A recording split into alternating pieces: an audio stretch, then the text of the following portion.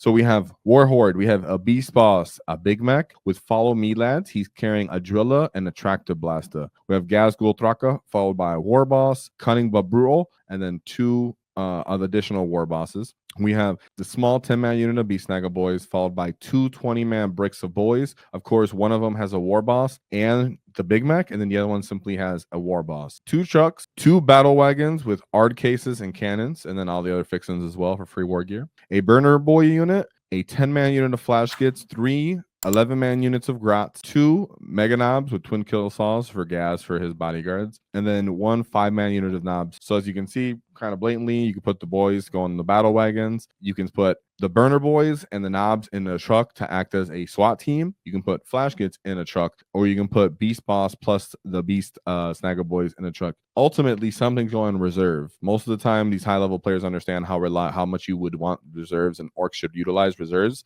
Therefore, I expect the Burner Boys obviously can go in reserve. The Flash Kit 10-man unit can go in reserve. And even one of these Grot units can go in reserve. So let's take a look at what Peter ended up having for his path to victory. So shout out to our sponsors, the Baron of Dice, as they helped us do our Waaaghtaktiks dice. So shout them out. Check them out in the description, 5% off in the discount, because nobody likes taxes. And shout out to Baron of Dice. They allow us to do our paint competition. So thank you very much to them. It was pretty cool to see that, and this is on WTC, so I think that's pretty interesting and different. So our American lads, pay attention. We have, of course, Leagues of Votann within Hyrda champion. Another Hyrda champion. One has a Praising Glare, the other ones have Wayfarer Grace. We have Hearthkin Warriors. I just like that they can combat squad, like they can split their unit once they have a Sagitar. They have 2 3-man units of Thunderkin. You know, they can actually put some decent output out there. And the fact that they're T6, 3 wounds, they're kind of annoying sometimes to actually displace as an orc player, but not the worst thing. A small unit of Berserkers. If this changes to big bricks, you know, this might happen. Shout out to my boy Jeff.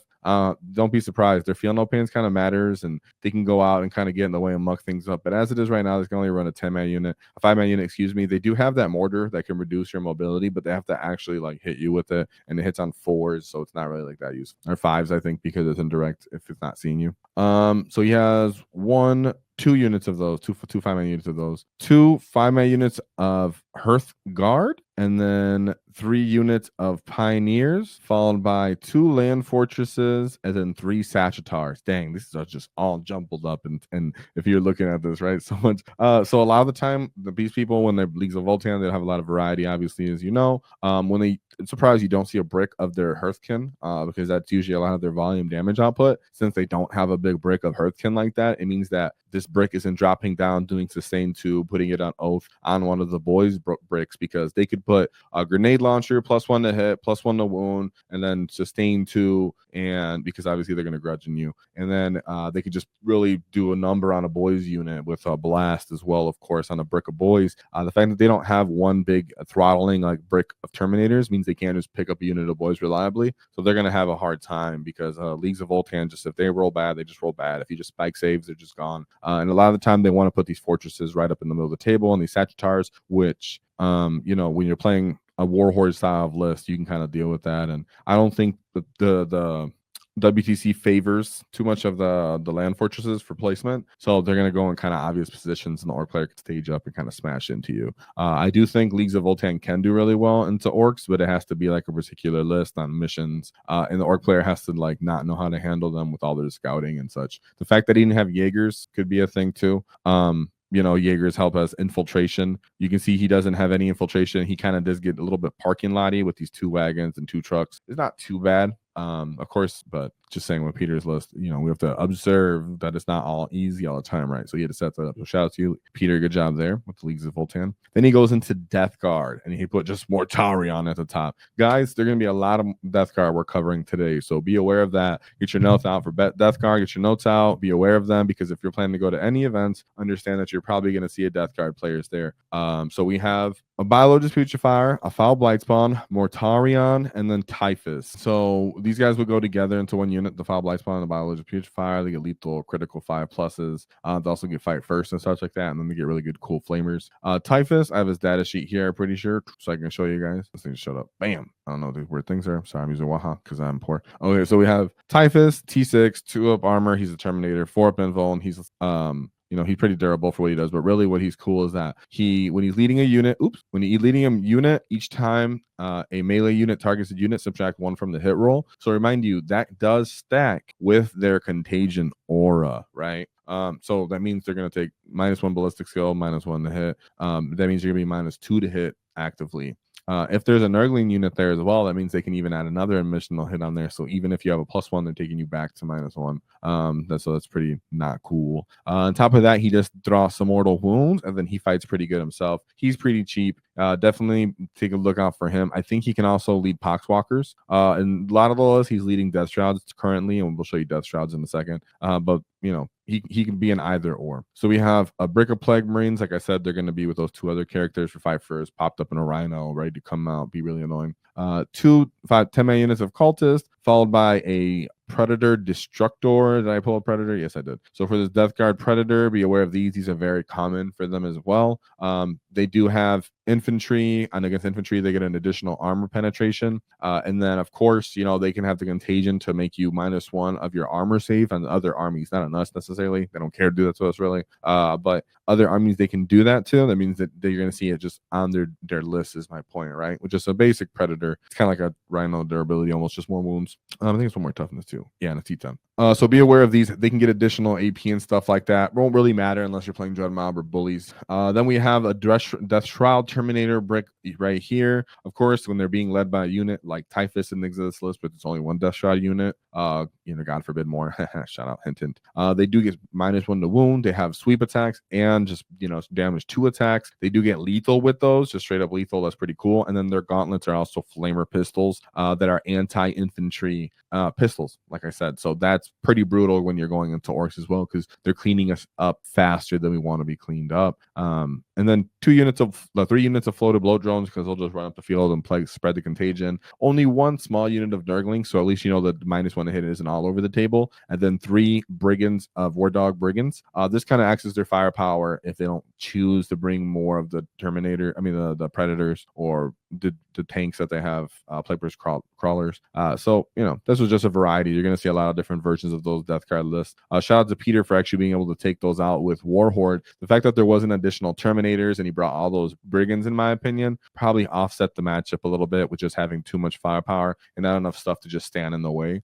Because Orc can throttle enough through pure volume to chew through Plague Marines, chew through at least 1 unit of those Plague Terminators, because the WAAAGH critical 5+, the fact that our boy just had Waaaghtaktiks, the fact that he had flash kits for the Plague Marines, for example. He has ways that he can kill what was on the table and trying to just get in their faces. So he definitely could do that. Gaz really helps in that matchup with Death Guard, from my experience. Going into, was that the same one that I just clicked the same one twice? No. And so this is again, Death Guard. I think actually shout out, I'm pretty sure he goes into Death Guard 3 times in this list. So that was his, right? So there's the list I just covered, a second one. Yes, we call him Mortaria. And then he goes into his 3rd game. Yep. His 3rd game is another Death Guard. So just keep in mind, Peter's going into 3 Death Guard lists. I probably could have mentioned that in the beginning, right?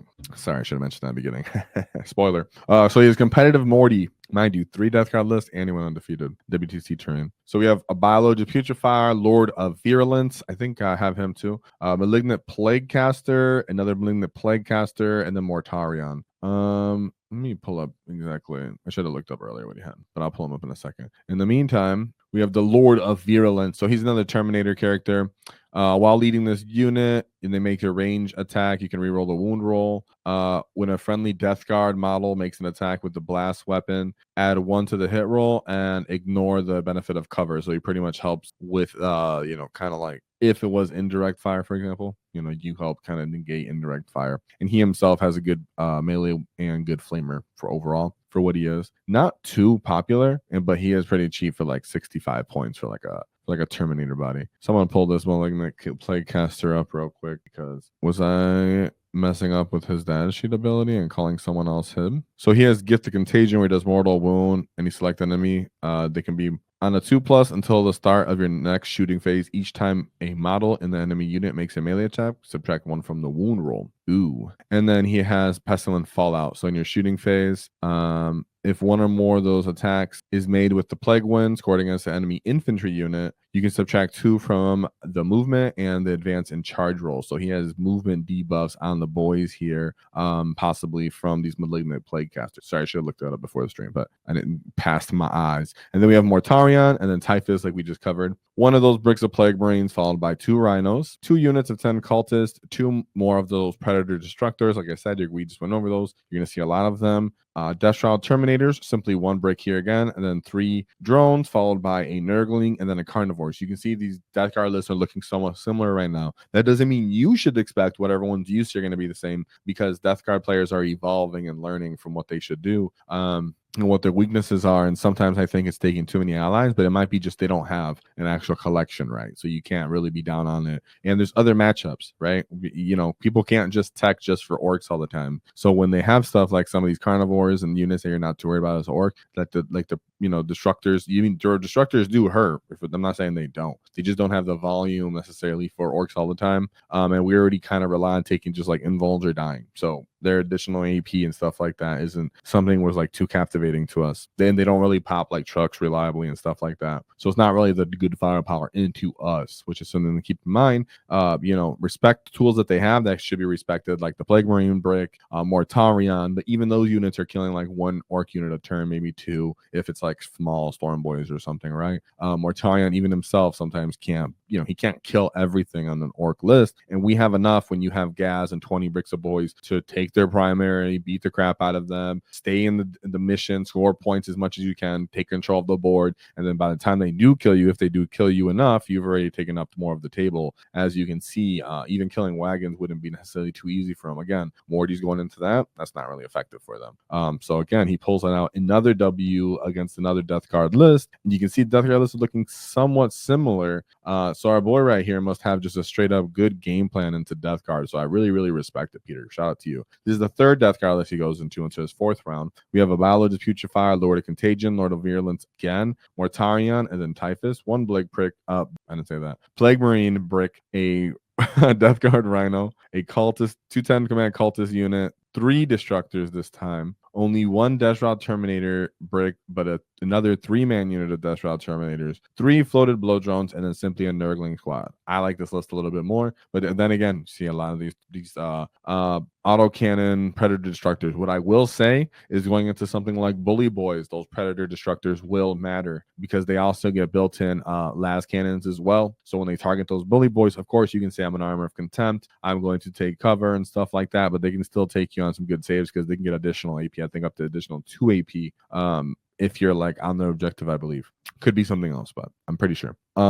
And so, like I said, we have to pay attention to what they're doing as they evolve in what they're doing. So shout out to him for taking these out. It's the same similar archetype of Death Guard that we've seen 3 times as he's gone into them 3 times for this list. So he definitely has a figured out. Peter, if you see this, shout out to you, homie. Great freaking job. And hopefully you can leave some notes in the comments if there's anything that I didn't cover about your Death Guard matchups. Then last but not least, he goes into Ynnari. So he goes into a Ynnari list, or Eldari, where he says it's called the guns. So it was an Artark followed by Death Jester, Farseer, Fugan, and Yevrin.